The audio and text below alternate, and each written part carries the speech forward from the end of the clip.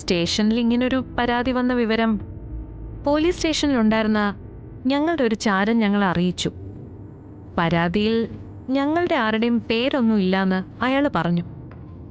ഞങ്ങളെക്കുറിച്ച് ഒരു സംശയം പോലും ആ പരാതിയിൽ രേഖപ്പെടുത്തിയിട്ടില്ല.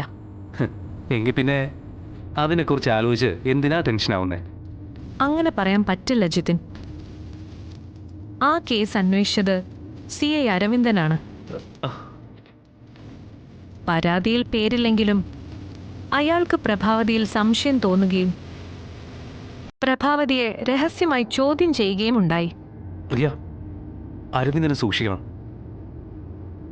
ജയയുടെ സഹോദരനായതുകൊണ്ട് അവനെ എനിക്ക് നന്നായിട്ടറിയാം. അയാൾക്ക് എന്തെങ്കിലും സംശയം തോന്നിയാൽ അവൻ അന്വേഷിച്ച് നമ്മളെ കൊടുക്കും. ഞാനതിൽ അനുഭവസ്ഥനാണല്ലോ. ആ കിഡ്നാപ്പിംഗ് കേസ് ഇനി അയാൾ അന്വേഷിക്കില്ല. നീ എന്തൊക്കെ അറിയായി പറയുന്നേ? എനിക്കൊന്നും മനസ്സിലാവുന്നില്ല. ജിതിൻ, ആദ്യം അയാൾ കേസ് അന്വേഷിക്കുന്നു എന്ന് പറഞ്ഞു. ഇപ്പൊ പറയുന്നു ഇനി ആ കേസ് അന്വേഷിക്കുന്നില്ല എന്ന്. അരവിന്ദൻ കേസെടുത്ത് അന്വേഷണം ആരംഭിച്ചതായിരുന്നു. പക്ഷേ അതിനിടെ വിശാല് പെട്ടെന്ന് പരാതി അങ്ങ് പിൻവലിച്ചു. അതെന്താ പരാതി പിൻവലിച്ചത്? അങ്ങനെ അവൻ പരാതി പിൻവലിക്കണമെങ്കിൽ അതിനെന്തെങ്കിലും കാരണം വേണ്ടേ? അതൊന്നും എനിക്കറിയില്ല. പക്ഷേ ഇപ്പൊ തൽക്കാലം ഞങ്ങൾ രക്ഷപ്പെട്ടു എന്ന് കരുതാം. ഇനി വിശാൽ എന്തിനാണ് കേസ് പിൻവലിച്ചതെന്നൊക്കെ അന്വേഷിക്കാൻ ശ്രമിച്ചാൽ ഒരുപക്ഷെ നമുക്കുള്ള കുരുക്ക് നമ്മൾ തന്നെ ഉണ്ടാക്കുന്ന പോലെ ആവും. എന്താ ഞാൻ പറഞ്ഞ ശരിയല്ലേ?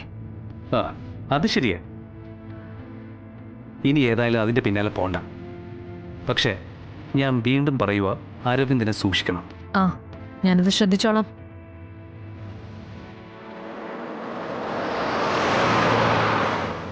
ആ, അല്ല, എന്തായി നമ്മുടെ കാര്യങ്ങൾ? സ്വത്തുക്കൾ അടിച്ചു മാറ്റാനുള്ള ശ്രമങ്ങൾ കാര്യമായിട്ട് തന്നെ നടക്കുന്നുണ്ട് ജിതിൻ. പക്ഷെ ഞാൻ പറഞ്ഞില്ലേ, ട്രഷർ ഹണ്ട് പോലെ തന്നെ ഓരോരോ കടമ്പകൾ കടക്കണം.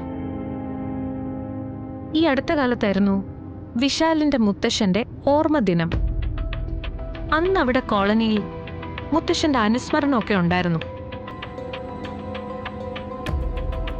അന്ന് അവിടെ ഒരു പെൺകുട്ടിക്ക് ദേവിയുടെ അനുഗ്രഹം ഉണ്ടായതുപോലെ തുള്ളി ഉറഞ്ഞ് ചില പ്രവചനങ്ങളൊക്കെ നടത്തി. എന്ത് പ്രവചനം? ദുർഗാഷ്ടമി ദിനത്തിൽ വിശാലിന് എന്തോ വലിയ സമ്മാനം കിട്ടാൻ പോവാണെന്ന്. ഓ,